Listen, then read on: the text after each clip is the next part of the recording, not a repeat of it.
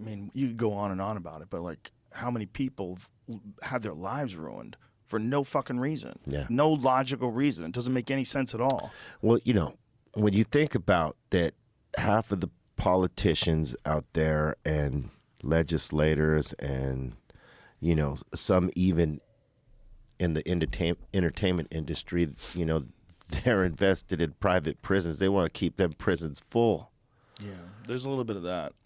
So there's that part too. So, you know, a lot of things, a lot of laws to a lot of folks in different places are unfair, especially as it relates to cannabis. Well, what's really wild is there's this massive history of human usage, right? It goes back thousands and thousands of years.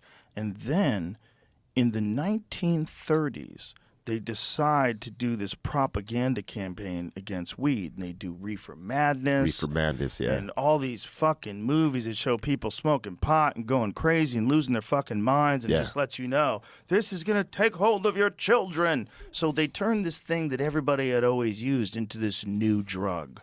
Yeah. And they called it marijuana. And you know as well as I know, that's not that's the name for a wild Mexican tobacco. Yeah. They came up with a name and attached it to cannabis, which people had always used. And they turned it into this scary thing. Yeah. And then they told farmers, like, you could still grow it for hemp, but all this weed smoking shit, this is over, kids. We're going to, we're going to make this illegal. You're going to need a tax stamp for that hemp. And these fucking... They figured out a way to get people to believe that this thing that people had taken forever was fucking dangerous and ruining lives. And that propaganda from the 1930s, from those movies, still works today. Yeah. The momentum of it raised our grandparents raised our parents. Yeah. It's in us. It's like the dumbest shit. It's true. Fortunately, it stopped at our parents. Like a lot of people got open after that and actually turned their parents on, because like when you go into dispensaries now, you see cats our age, right? And obviously younger people, but you see seniors up in there as well, you know, whether they're in there for edibles or they're going to smoke flower or even concentrates, which trips me out. But again, that the old folks like get down with that. But you see it. And fortunately, that's because there's a lot of information out there now that, you know, like if you're not sure about that propaganda that you grew up to, you can always now do your own diligence and do your own homework and find other articles based on cannabis that will tell you positive things. And this is things they've never realized or thought of or heard before, and it opens up their world. Now, it's not enough of them, because I think if it was, you know, if it was common knowledge amongst everybody that this is a healing plant and aside from casual use, it can benefit people, more people would embrace it.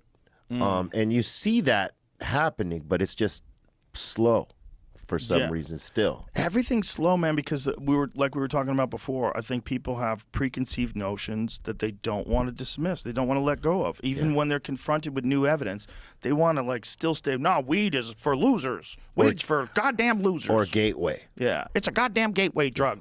Yeah. Listen, Mr. Be Real, you might be able to do it, but what if my son starts doing ketamine afterwards and fighting with the cops? Kicking out back windows. Yeah, kicking out back windows barefoot. Like Kenny Loggins. Footloose. I would say one of his friends turned him on to the ketamine. Yeah. You know? It doesn't have anything to do with weed. It's got nothing to do with weed. But the idea that you couldn't go from alcohol to cocaine is so stupid. Of course you could. Is that a gateway to coke? Because I know a lot of people who drink and they do coke. Yeah.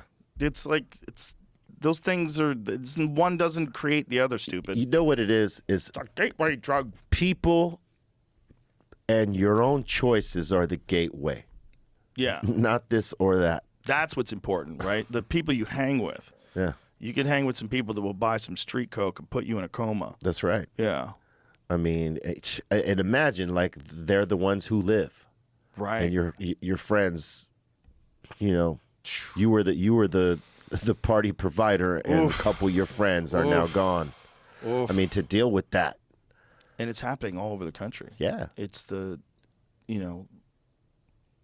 what is it, 100,000 people now a year? Somewhere in the neighborhood of 100,000 people die. I mean, you think about fentanyl. how many like Opiates. how many folks that like are just